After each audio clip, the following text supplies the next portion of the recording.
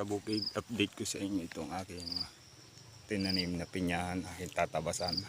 Tinanim ko dati. Pinag-uumbang ko yung aking baboy. Saniman ko rin yan.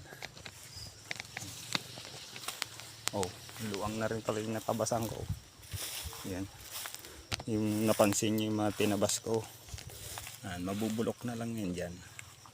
Abono rin yan eh. Ayan o. Hanggang doon pa yan. Tataas nga pala ng damo. Tatabasin ko yan. Mataas na hanggang tuhod na eh.